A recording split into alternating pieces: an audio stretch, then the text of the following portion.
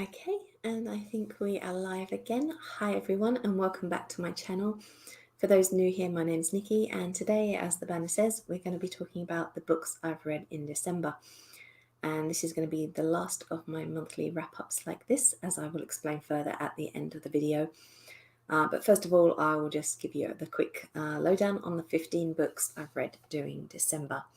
So let me just remove this banner. There we go. Okay, so as I said, 15 books to get through. So I'm just going to whiz through them in my bullet journal here. First of all, I read The Tale of Murasaki by Liza Dalby.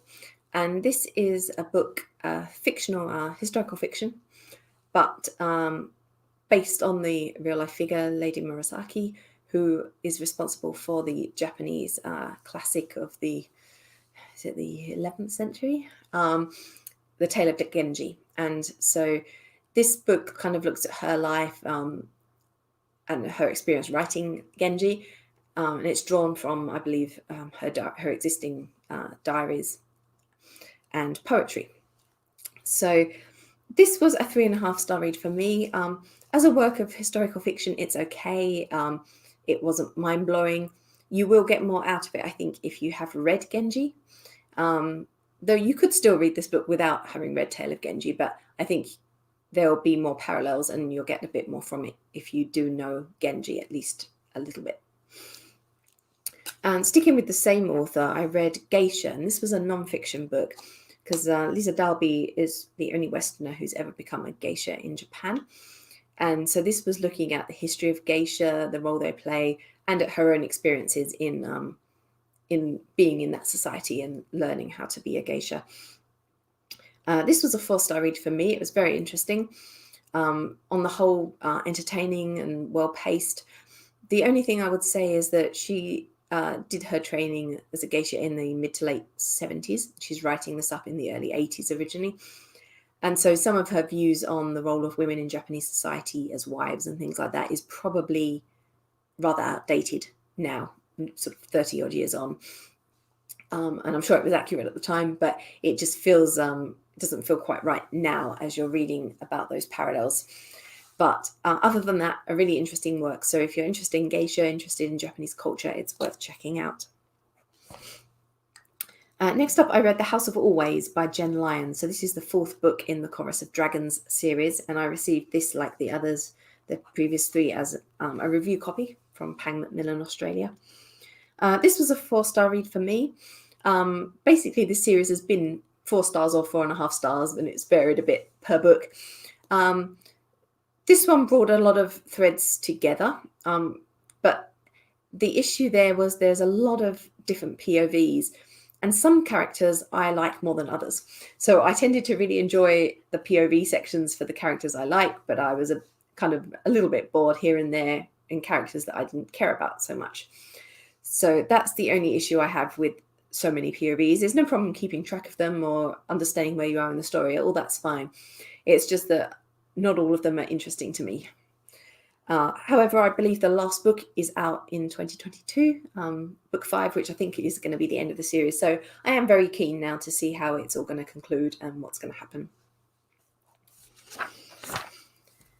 So moving along. I read Moon Witch Spider King by Marlon James. So this is the 2nd book in his dark fantasy series. And this was a 4-star read for me. This book, I felt the opening was very strong, but I started to meander a bit during the middle. And I think that's partly because I didn't find the characters quite as compelling as, Tracker and the like from the 1st book. And we do see them towards the end, because as this is the kind of backstory for one of the characters we did meet in the 1st book.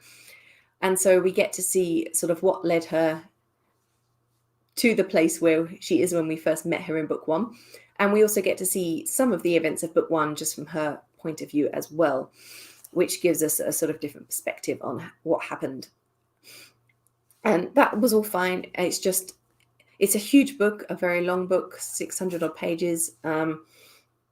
And there were just times when I kind of wandered and meandered a little bit in my mind again, though there were some really strong moments, particularly in the opening half of the book, I would say. Certainly, I am interested to see what's going to happen as we, I assume, bring everything together now for book 3. I received that book, I should say, from NetGalley. And the same is true of these next couple. So firstly, The Second Sight of Zachary Cloudesley by Shion Lusk. So this is a book that I would call a kind of magical realism, historical fantasy, I guess. It's a kind of alternate history in a way, I guess. We have this young man who's born into a family where his father is a renowned clockmaker and inventor, if you like. And the journey eventually takes us, all around the world. I don't want to say too much about it because I feel that would spoiler it a bit. But this was certainly really entertaining. I gave it 5 stars. As I said, it came from NetGalley as a review copy again.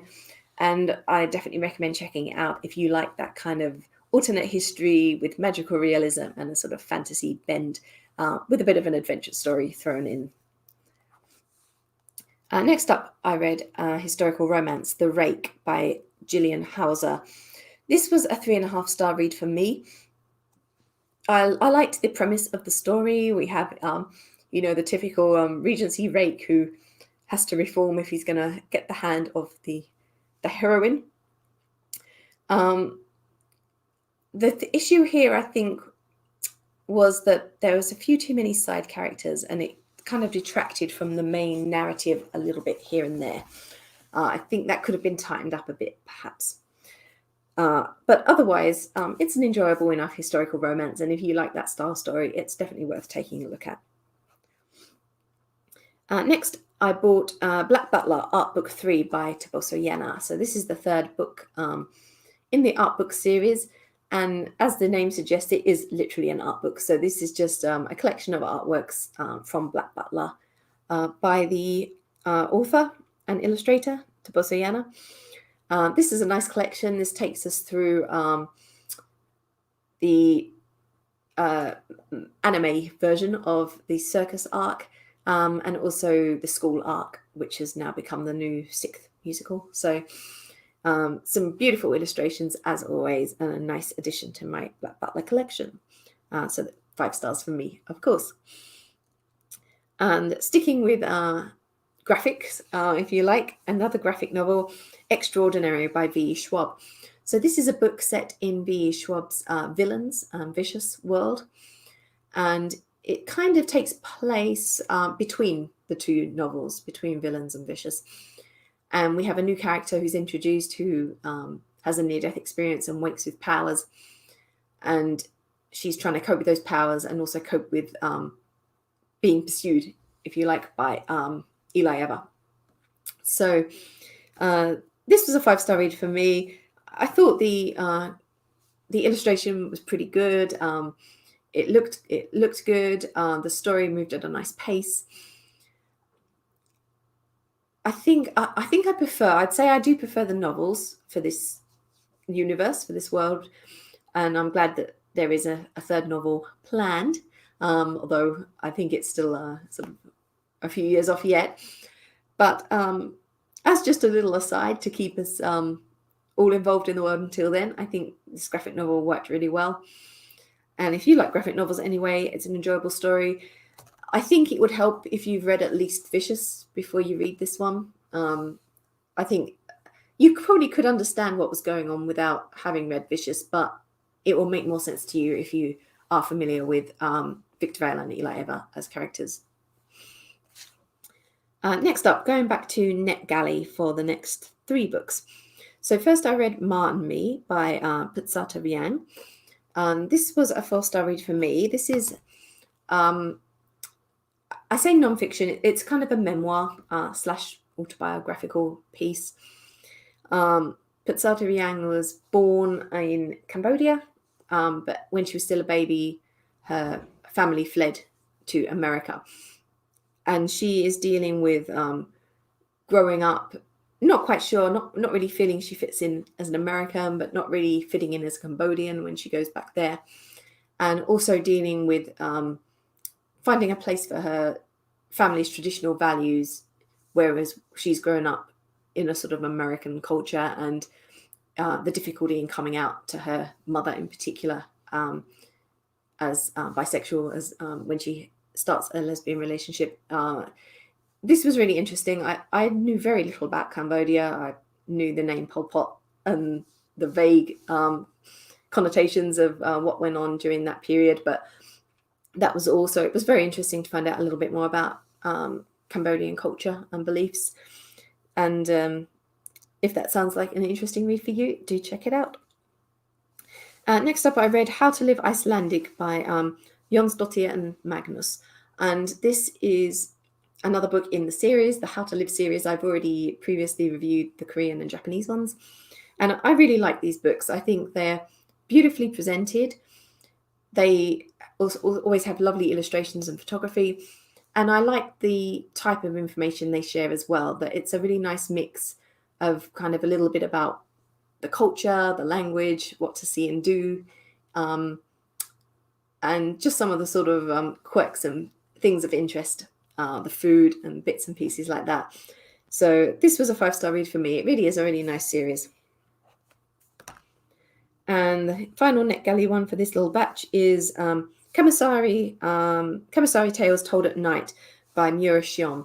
So this is this follow-up to the previous Kamusari book. And for me, it was a 4-star read. I think this lacks some of the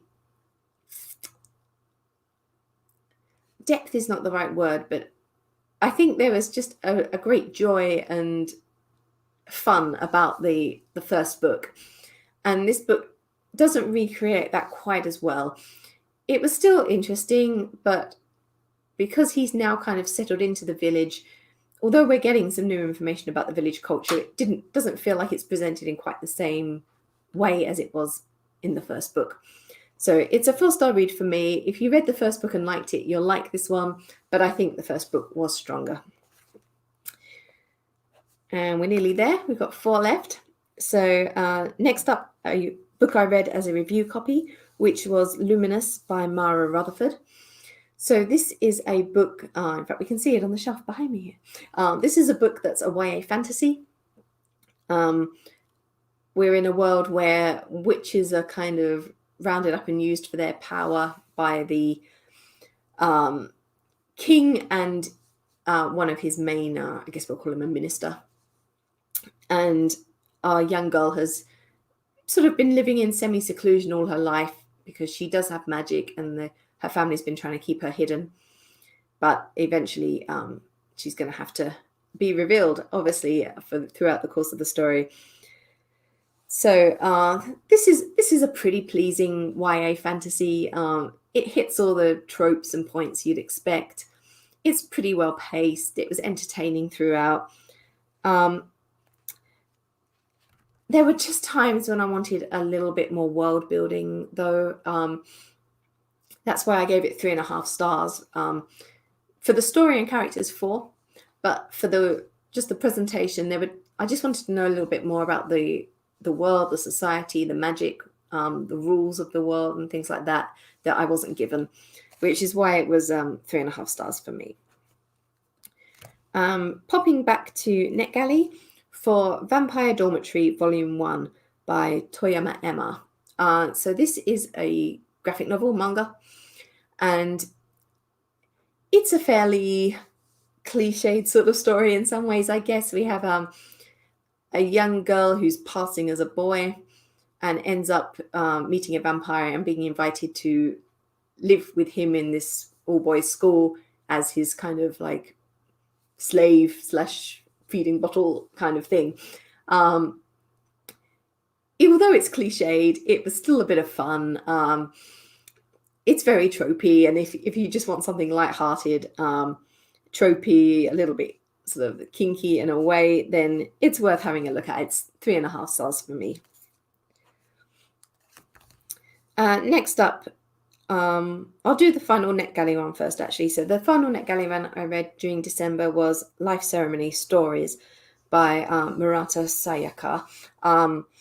This is a collection of short stories, as the title suggests, and they're on some very interesting themes. There's 12 stories in total, and as an example, one of them focused on the idea of, in the future, when people die, we turn their body into furniture made of bones, and using the skin and the hair to making sweaters out of hair and things like that. And another one was looking at similar idea, but when someone dies, they have a life ceremony. This is the title piece.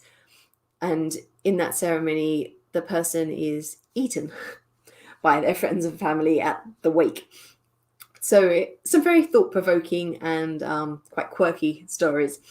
This got 5 stars from me. I thought it was a really excellent collection. Some very memorable pieces, and definitely things that made you think and sort of question how you would feel about these different things if they happened to be real. So definitely worth checking out. Just that sort of quirky contemporary Japanese literature feel about these. And finally, a book that I received as one of my Secret Santa gifts at work. And this was the illustrated compendium of weirdly specific words, written by Tyler Vendetti with illustrations by Rebecca Pry. This was interesting because when I saw this book, I thought, oh, this has been picked by someone who knows me at work, definitely. It was very me. However, I only gave it 2.5 stars because although the idea is very much me, I thought the execution was somewhat lacking. You can kind of tell how old this author is and where she's from by her choice of words. I mean, for instance, she's American and she's included the word fortnight as a sort of weird and bizarre specific word. But as a UK or British English speaker, we use fortnight all the time. It's a regular everyday word. So it always amuses me when usually Americans are not familiar with it, because apparently they don't use it over there. So how do they describe a fortnight? You'd have to keep saying 2 weeks all the time, which is a pain. So, and then also the choice to include things like selfie, which kind of gives her the age away of the author as well. So there was just some odd choices and also some odd cultural comments where she was kind of lumping a lot of cultures together in her descriptions that kind of didn't quite sit right with me. So a great idea. The illustrations were fun, but there are other books that do a similar thing to this and do it better. So that was my reading wrap up for December. So as I have mentioned before, I'm not going to be doing these anymore at the end of the month. Some of them get 0 views, some of them get 2 or 3, and I've decided it's not worth the time that it takes to sit and record them. So as of next year, I'm really dialing back quite a lot on YouTube. So I haven't got any planned scheduled videos for the first time in several years, because I've kind of covered all the topics I wanted to talk about for writing and editing. I've done all the tags I found that looked interesting. And so I haven't really got any good ideas on what to do for that sort of content anymore. My writing in particular, I haven't written anything really in 2 years now, except for a few fan fictions. Although I miss creating the stories a bit, I don't miss all the rest of it. I was just, at the time I stopped, I stopped because I had a lack of time. I started a new part-time job, which I was doing as well as my editing and everything, and I just didn't have time to write.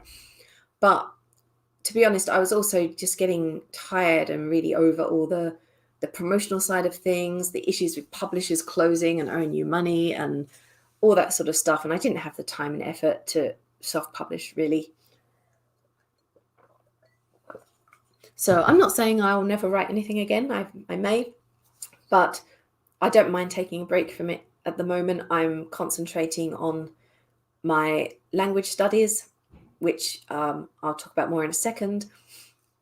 But that's why I kind of feel I haven't got anything to say about writing at the moment, because I'm not writing at the moment.